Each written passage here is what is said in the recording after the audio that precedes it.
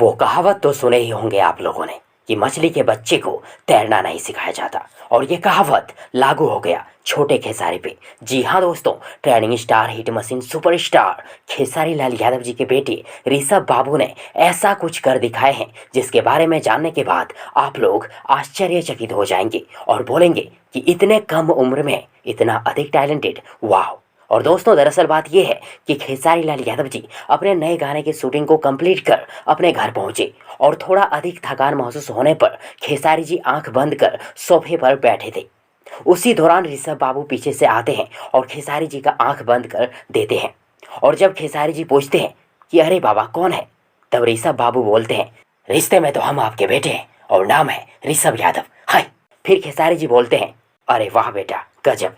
और फ्रेंड्स, जैसे सुनने में लगा ना आप सबों को डायलॉग, वैसे ही खेसारी जी के बेटे ऋषभ यादव एक्टिंग भी किए थे और करते हैं। साथ ही बेहतरीन एक्टिंग करते हैं ऋषभ बाबू। बाप नंबरी तो बेटा 10 नंबरी।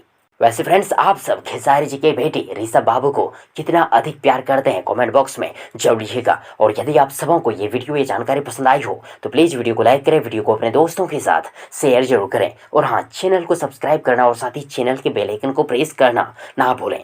थैंक्स, मिलते हैं एक और नई वीडियो लेकर, तब तक के लिए good wishes for good luck.